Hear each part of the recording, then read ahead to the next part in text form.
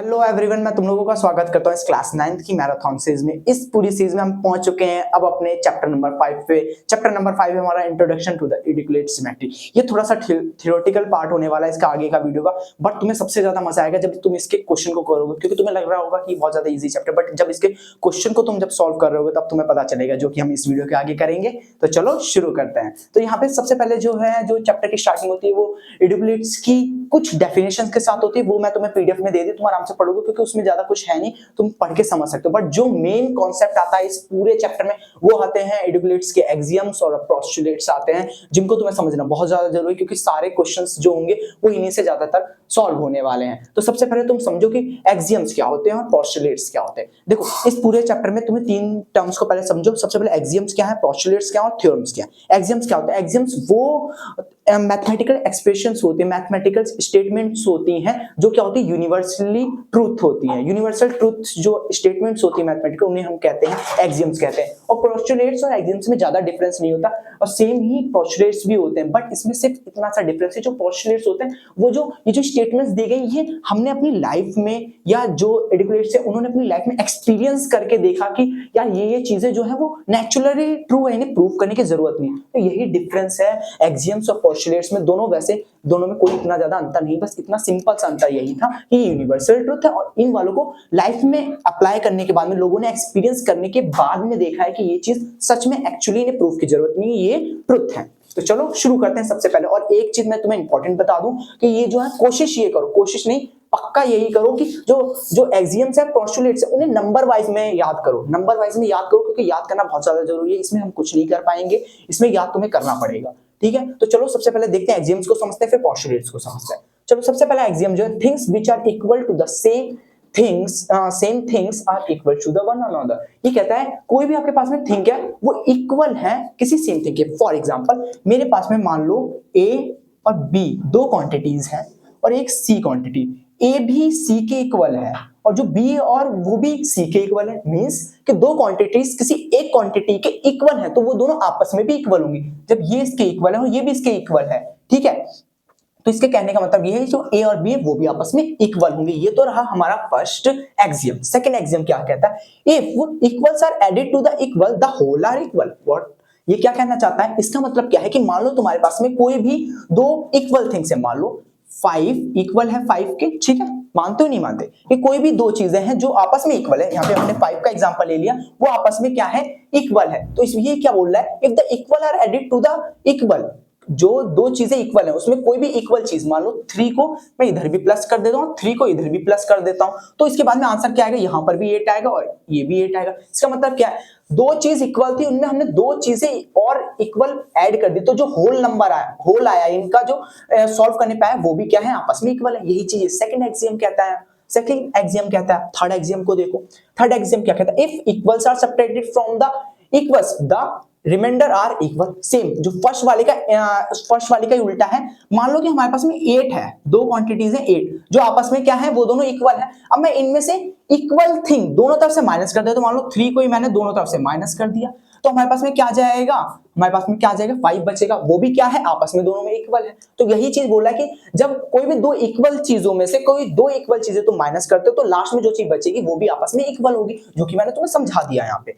अब बढ़ो फोर्थ वाले पे, ठीक है। Things which are concurrent with one another are equals to the one another. इसका मतलब क्या है? देखो यहाँ पे एक वर्ड ये आया हुआ है, इस वर्ड का मतलब होता है आइडेंटिकल, मतलब कि सेम होता है इसका मतलब, ठीक है, इसका मतलब सेम होता है। कोई भी जो दो चीजें जो आपस में सेम है तो वो दोनों आपस में इक्वल होंगी, ठीक है, आपस में इक्वल होंगी। यही ये फोर्थ वाला कहता है, ठीक। अब तुम बढ़ो फिफ्थ वाले पे। मेन चीज जो इंपॉर्टेंट मैं बताता जा रहा हूं, ये तीन जो है वो इंपॉर्टेंट है, बाकी के जो नीचे के वो इंपॉर्टेंट है। ये वाला इतना वर्क नहीं आता, जो मेरा एक्सपीरियंस कहता है ये इतना ज्यादा वर्क नहीं आता। तुम इन तीन को समझो, ऊपर वाले तीन को और नीचे वाले तीन को। फिफ्थ वाले पे ध्यान दो।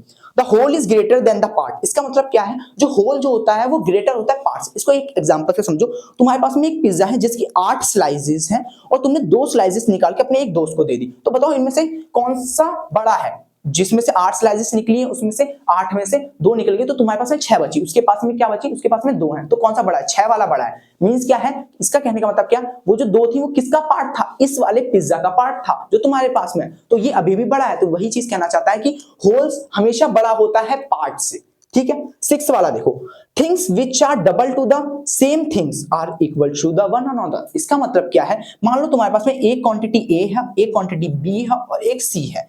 मान लो ए जो है वो सी का डबल है और बी भी सी का डबल है, ठीक। ए जो है वो भी सी का डबल है और बी भी सी का डबल है, तो आपस में ए और बी भी क्या होंगे, इक्वल होंगे। यही चीज कहती है 6 एक्सियम हमारा कहता है। बहुत छोटे छोटे एक्सियम है, इतना ज्यादा कोई रॉकेट साइंस नहीं है, पर तुम्हें जो स्टेटमेंट है उन्हें पता होनी चाहिए। ये चीज बहुत ज्यादा इंपॉर्टेंट है। और जो चीजें ये जो मैंने एग्जांपल्स बताए, इसी तरीके का तुम्हें जब क्वेश्चन कर रहे होगे, इसी तरीके की तुम्हें सिचुएशन सोचनी होगी कि ये सिचुएशन है तो ये वाला एक्सियम लगाना है, यहाँ पे ये सिचुएशन तो इस तरीके का एक्सियम लगाना है। समझो बात को। 7th वाला देखो, things which are half to the same things are equals to the one another. मतलब यही कि इसी वाले का सेम है कि एक क्वांटिटी ए है और बी है और सी है। मान लो ए भी सी का हाफ है और बी भी सी का हाफ है, तो ए और बी आपस में क्या होंगे, सेम होंगे। यही कहता है हमारा 7th वाला। जो तुम लोगों को थोड़ा सा भी डाउट है, एक बार फिर से पीछे कर लो, दोबारा से देख लो, कोई प्रॉब्लम, क्योंकि इस वाले पार्ट पे बहुत ज्यादा से फोकस करना एक्सियम और पोस्टुलेट्स, तो मैं बार बार कह रहा हूं।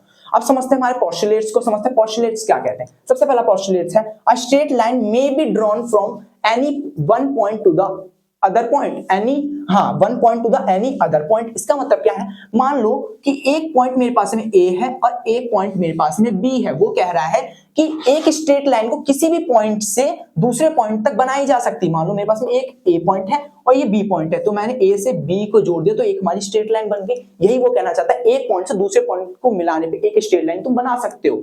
A terminated line can be produced, जो terminated line है, मतलब a terminated line can be produced, मतलब मान लो एक ये terminated line है, ये इसका पॉइंट है, ये इसका पॉइंट है, इसको तुम आगे भी क्या कर सकते हो, प्रोड्यूस कर सकते हो, इसको आगे भी प्रोड्यूस कर सकते हो। ये कहता है। इस वाले में इतना ज्यादा कुछ नहीं है। मैं जैसे यहाँ पर कि ये जो आ रहा था हमारा ये 4th वाला, ये इतना वर्क नहीं करता, मतलब इतना मैंने नहीं देखा उसे। वैसे ही 2nd वाला भी इतना ज्यादा नहीं है। जो ये वाले है ना, ये वाले पे ध्यान दो, 3rd 4th, जो 5th वाला होगा और 1st वाला होगा।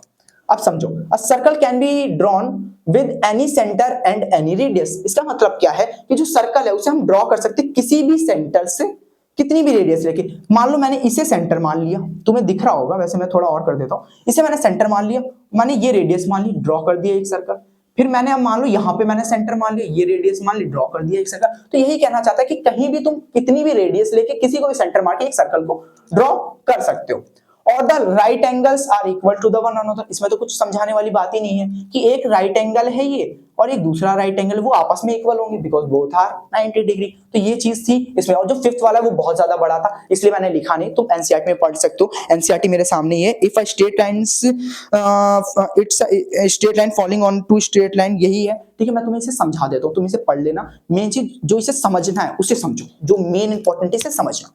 इसमें क्या कह रहा है कि तुम्हारे पास में कोई भी दो लाइनें हैं, ठीक है, उनको एक स्ट्रेट लाइन, एक लाइन ने कट कर दिया, ठीक है, जो उनके interior angle on a same side of a transversal, interior angle on a same side of a transversal, ये वाले, ठीक है, इनका जो सम, मान लो ये मैंने इन्हें नेम दे दिया, एंगल 1 एंगल 2 दे दिया। दो लाइनें थी, फिर समझो, दो लाइनें ए बी और सी डी, दो लाइनें थी, और ये हमारी हो गई यहाँ पे हो गया हमारा O और N, ये हो गई हमारी ट्रांसवर्सल।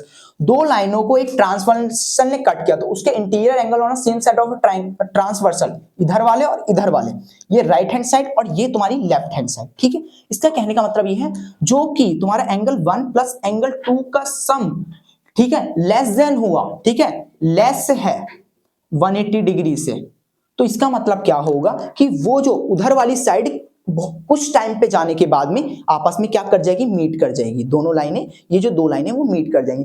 जो तुम्हारा 180 से ज्यादा है, ठीक है, अब जब 180 से ज्यादा है तो वो मीट नहीं करेंगी। जो करेक्ट 180 है, दैट मींस वो दोनों क्या है, आपस में पैरेलल है। यही चीज है ना, फिर से समझो। इसका कहने का मतलब ये है कि दो लाइनें हैं, इस फिफ्थ वाले पोस्टुलेट का, दो लाइनें हैं, उनको किसी एक दूसरे एक ट्रांसवर्सल ने कट कर दिया, तो उसके जो angle on same side of a transversal का जो सम है वो लेस देन 180 है। तो उस वो वाली साइड, मान लो जो इस वाली साइड का लेस देन 180 है, तो इधर वाली साइड कुछ देर कुछ और आगे जाने के बाद में क्या कर जाएगी, ये दोनों लाइनें आपस को अपने आप को इंटरसेक्ट कर देंगी, ठीक है। और जो इस इधर वाले का 180 से लेस है तो ये दोनों इधर वाली साइड कुछ टाइम पे जाने के बाद में एक दूसरे को क्या कर देंगे, इंटरसेक्ट कर देंगी। यही कहता है हमारा पोस्टुलेट नंबर 5। तो ये थे एग्जियम्स, ये थे पोस्टुलेट्स, समझ में आया होगा होपफुली तुम लोगों को, ठीक है। तो बेसिकली क्या था, इन दोनों को समझना था और इनके जो नंबर से इन्हें याद कर लो, पोस्टुलेट्स भी और एक्सियम्स भी, इन दोनों को नंबर से याद करो। और जो भी तुम्हें थोड़ा सा भी डाउट है तो एक बार फिर से रिवाइंड करके फिर से देख लो, ठीक। अब बढ़ते हैं मोस्ट इंपोर्टेंट पार्ट पे, इसके जो है क्वेश्चंस देखते हैं इस चैप्टर के किस किस कैसे कैसे लेवल के क्वेश्चन है। पहुंच चुके हैं इस वीडियो के बहुत इंपॉर्टेंट पार्ट पे, जहां पे है क्वेश्चंस की प्रैक्टिस करना। ये चैप्टर बहुत ईजी था, आगे का हमने सारा थ्योरेटिकल पार्ट देख लिया था। अब आते हैं क्वेश्चनिंग पे, तो देखते हैं कि क्वेश्चन किस किस टाइप्स के और किस किस तरीके से तुम्हें क्वेश्चंस को करना है। तो देखो, सबसे पहले मैंने इंपॉर्टेंट क्वेश्चंस में एमसीक्यूज के लिए है। ज्यादातर मैं मैथ्स की जितनी भी सीरीज लेकर आ रहा हूं उनमें एक चीज का ध्यान रखना, गूगल से एमसीक्यूज की प्रैक्टिस करना। जो तुम्हें नहीं मिलते एमसीक्यूज तो मुझे मैसेज करना, मैं तुम लोगों को एमसीक्यूज की अलग वीडियो बनाऊं, क्योंकि सबसे ज्यादा मैथ्स में एमसीक्यूज में मार्क्स कटेंगे। तुम हो सकता है कि सॉल्विंग में कुछ स्टेप कर लो तो मार्क्स मिल जाए, बट एमसीक्यूज में एक आएगा या तो एक जाएगा, सीधा गेम यही है। तो चलो यहाँ के क्वेश्चंस को देखते हैं, इसमें क्या चीज है। अभी तुम्हें एक चीज और समझ में आ जाएगी, जो मैंने स्टार्टिंग में तुम्हें बोला था एग्जाम्स और पोस्टुलेट्स को तुम लाइन से याद करो। अभी तुम्हें यहाँ पे वो चीज प्रूफ हो जाएगी क्यों बोला मैंने। सबसे पहला क्वेश्चन है, the things which are double to the same things are, कि कोई भी चीज किसी सेम थिंग के क्या है, डबल है, तो वो दोनों आपस में क्या होंगी, इक्वल होंगी। ये हमने पोस्टुलेट में पढ़ा था, जो तुमने ध्यान से उसे देखा हो तो देखो, जो नहीं आ रहा तो कोई बात नहीं, तुम एक बार फिर से देख ले सकते हो, कोई बड़ी बात नहीं है, रिकॉर्डेड वीडियो है। और सेकंड वाला पढ़ो, John is of the same age as Mohan. जो जॉन की एज है वो मोहन की एज, दोनों की एज बराबर है। जॉन और मोहन की एज दोनों की बराबर है, ठीक है, सही है। Ram is also the same age of Mohan. अच्छा, राम की एज भी मोहन की एज से बराबर है।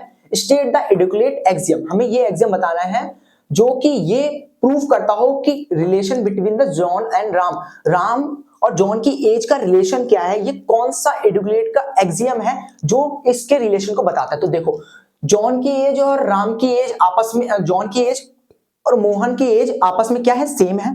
और जॉन की एज से ही किसकी, मोहन की एज भी सेम है। तो दोनों मोहन और मोहन हो गया, और क्या हो गया यहाँ पे, अच्छा हाँ, मोहन और राम दोनों की एज किसके, जॉन के इक्वल है।